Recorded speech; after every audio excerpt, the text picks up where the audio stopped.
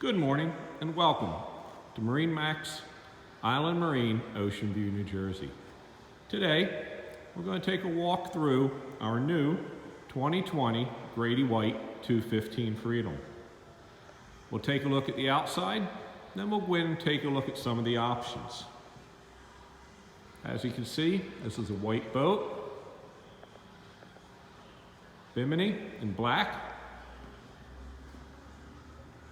We'll walk up, we'll take a look at the options. Before we get in, we'll go over a couple of the options. We brought this boat in with the Yamaha 250 outboard, a little bit more horsepower. This boat does have the ski tow option. Has the Fusion stereo at the helm. Has the nice helm seat, the back-to-back seats. Does have the walk-through. That does flip over and become a cushion.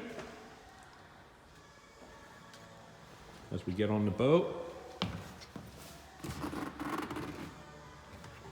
see rod storage, cutting board with a live well or a beer cooler, cup holders, rod holders. This boat does have a freshwater shower.